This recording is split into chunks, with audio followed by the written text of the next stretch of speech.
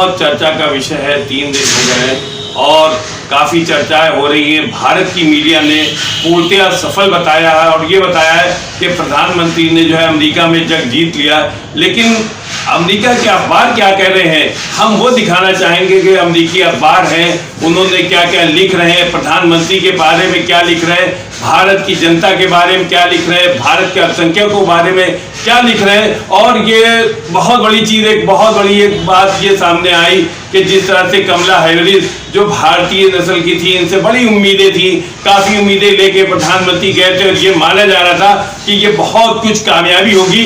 लेकिन जिस तरह से कमला हैरिस ने जो है भारत के प्रधानमंत्री को एक डोज दी है, वो बड़ी खतरनाक साबित हुई। हालांकि भारत के मीडिया ने नहीं दिखाया, भारत के मीडिया ने केवल ये दिखाया कि प्रधानमंत्री का दौरा 100% सफल रहा। लेकिन अमेरिकी अखबार जो है और दूसरे विदेशी अखबार है, जो दूसरे मीडिया है, वो क्या लिख रही है, एक बहुत बड़ी चीज है। ये मीडिया ये लिख रही है कि प्रधानमंत्री ने क्या खोया, अमेरिका में क्या पाया, हम ये दिखाएंगे। एक बीबी रिपोर्ट है, वो हम आपको दिखाना चाहेंगे।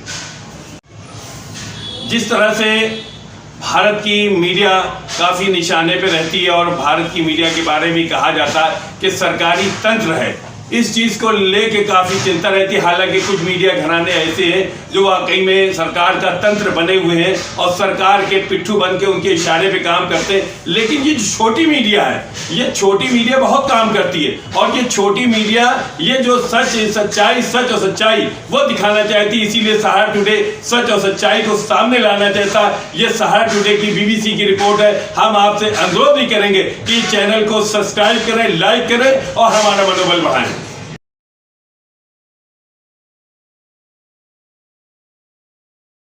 और उपराष्ट्रपति कमला हैरिस के साथ मुलाकात की।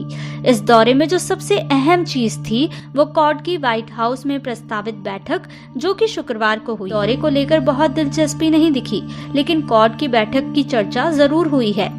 व्हाइट हाउस में हुई बैठक। पोस्ट अखबार लिखता है कि कॉड के मुख्य कार्यक्रम से पहले बाइडेन ने भारत को ऑकस को लेकर भरोसा दिलाया।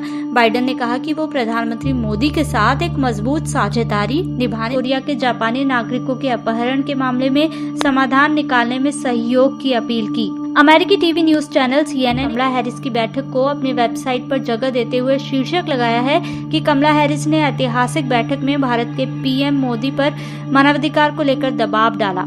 अखबार लिखता है कि भारत से संबंध रखने वाली कमला हैरिस ने बंद दरवाजों के पीछे बैठक से पहले मोदी से कहा कि पूरी दुनिया में लोकतंत्रों पर खतरा मंडरा रहा है। ये जरूरी है कि हम अपने देशों में लोकतांत्रिक मूल्यों और संस्थाओं की रक्षा करें।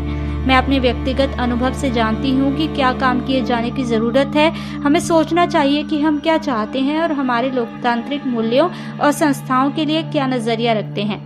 अखबार लिखता है कि ट्रम्प प्रशासन जिस तरह से मोदी के प्रति रवैया रखता था, ये उसमें बदलाव है, क्योंकि PM मोदी के कार्यकाल में उनके देश में धार्मिक ध्रुवीकरण बढ़ा है, जिसमें धार्मिक अल्पसंख्यकों को निशाना बनाकर अधिक कानून लाए गए हैं। भारत में सबसे बड़ा अल्पसंख्यक समुदाय मुस्लिम जनसंख्या है और गैर हिंदुओं को हमले का सामना करना पड़ा है।